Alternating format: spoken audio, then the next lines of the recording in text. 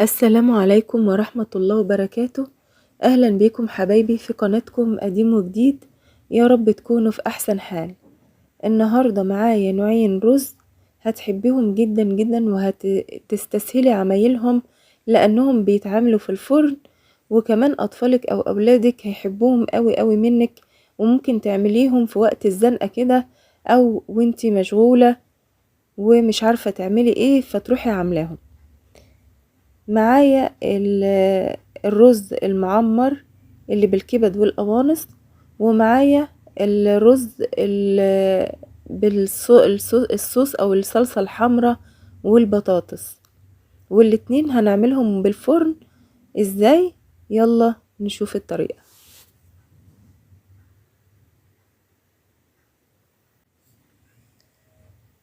تعالوا نشوف اول حاجة هنعملها معانا هو الرز اللي بالكبد والقوانص. عندنا طبعا كبد وقوانص مقطعينها صغير، هنديلها تشويحة على النار. هنحط المادة الدهنية بتاعتنا.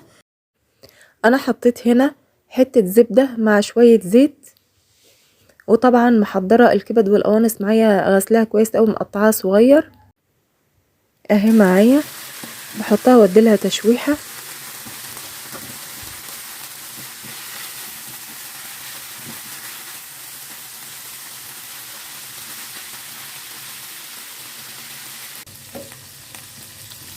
وبعدين بيكون معايا بصلة كبيرة حلوة كده او على قد كمية الرز بتاعتي، مفروم مش ناعم قوي ولا خشن قوي،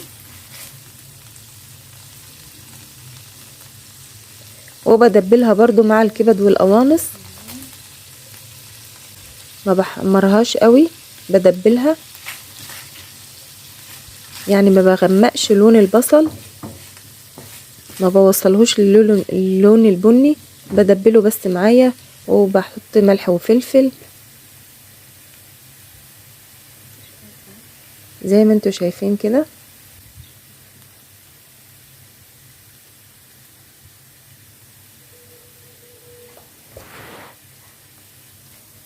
وبكون في الوقت ده غاسله الرز ومجهزاه معايا الكميه اللي انا عايزاها، وسايباه شويه كده في الميه اهو. جبته حطيته في الصينيه المناسبه بتاعته، وحطيت عليه شويه ميه، وهكمل الباقي لبن، لان الرز المعمر يا جماعه ما تحطوش عليه الكميه كلها لبن، لازم يبقى فيه حبه ميه كوبايه كده ولا حاجه، وبعد كده بكمل الباقي كله لبن. بحط بقى عليه الكبد والقوانص اللي احنا شوحناها مع بعض، وبراعي ان يكون الملح بتاعي مظبوط. وعشان اظبط الملح قوي وما يكونش معايا حته مملحه عن حته، او حته الملح فيها زيادة عن حته، او حته دلع وحته لا، بكون مدوباه كده في شويه ميه، وبعدين احط الميه بالملح بتاعها ده، وبعدين بحط الماده الدهنيه بتاعتي.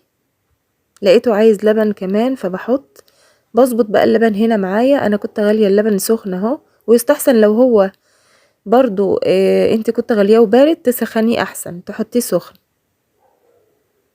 بظبط اللبن معايا. بظبطه ازاي؟ لما اجي اقلب تقليبه الرز كده الاقيها بتتقلب معايا، مش واقف، او المعلقه ما بتتقلبش كويس.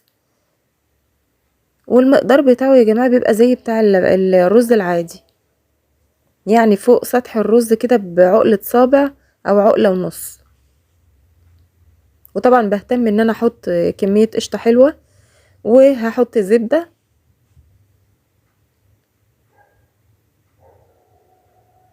طبعا دي حسب رغبتك، عايزه تكتري الزبده كمان عن كده كتري، بتبقى حلوه في الرز المعمر اللي في الفرن.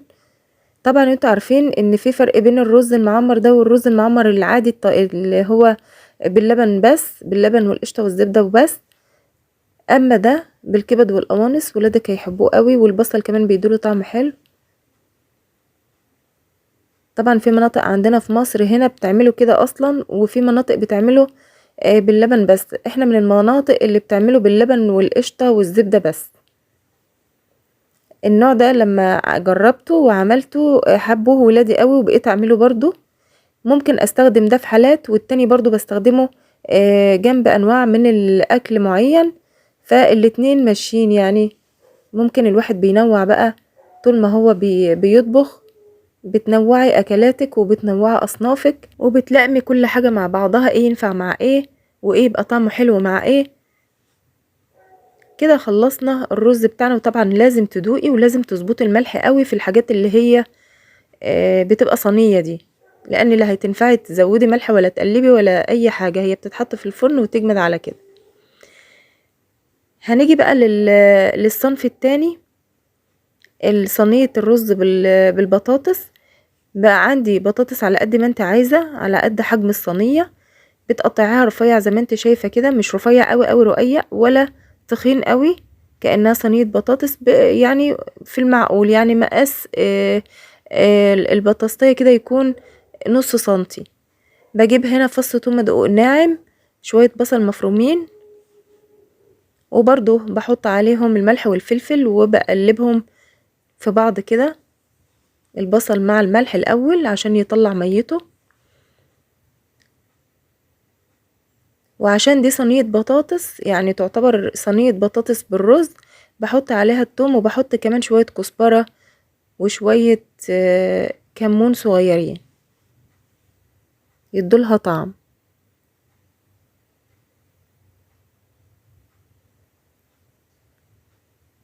وكمان لو عندك شوربة فراخ او شوربة لحمة زي ما انت عايزة، ممكن تحطي على الصينية بتاعتنا دي اي نوع شوربة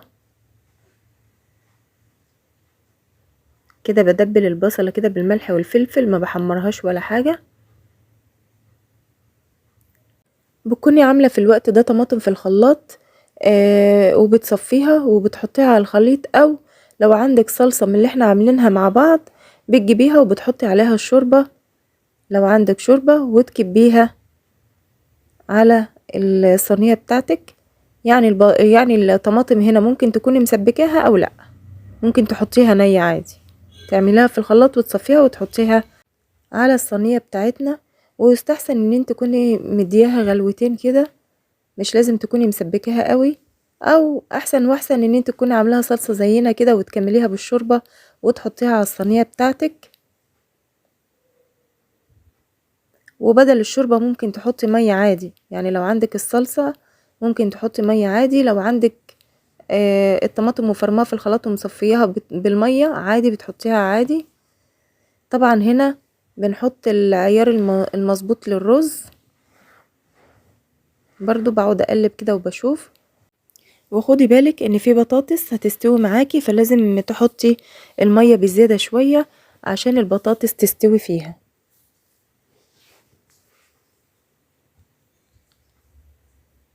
وبرضو بتدوقي وبتشوفي الملح بتاعك مظبوط ولا لأ، وعشان الملح برضو يتوزع على الصينية صح.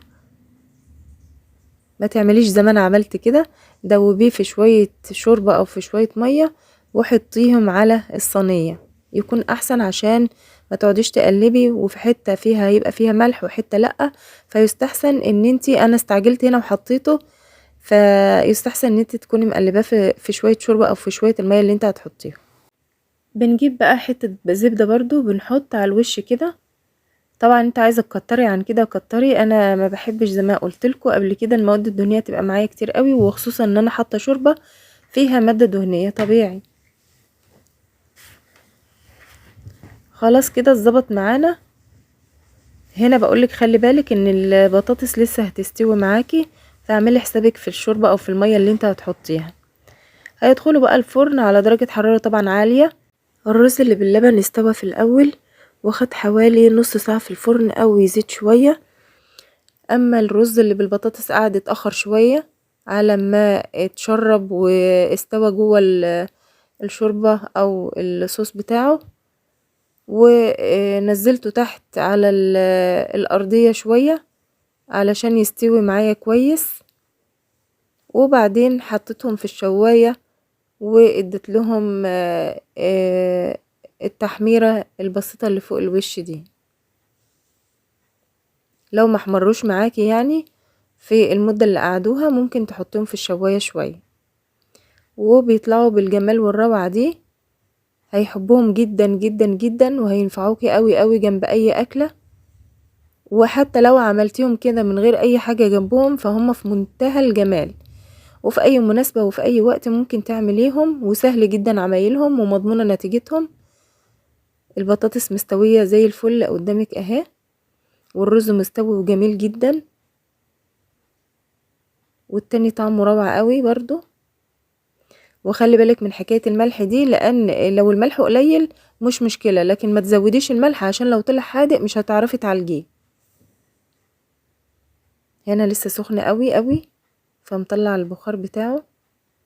وكده يبقى انتهينا من نوعين الرز اللي انا قلتلكوا عليهم، ويا رب تجربوهم ويبقوا بالهنا والشفا عليكم. وما تنسونيش بقى يا جماعة في اللايك والشير والاشتراك في القناة، وفعلي زر الجرس عشان توصلك كل فيديوهاتنا. وادعيلي دعوة حلوة ليا ولأولادي بصلاح الحال. والسلام عليكم ورحمة الله وبركاته.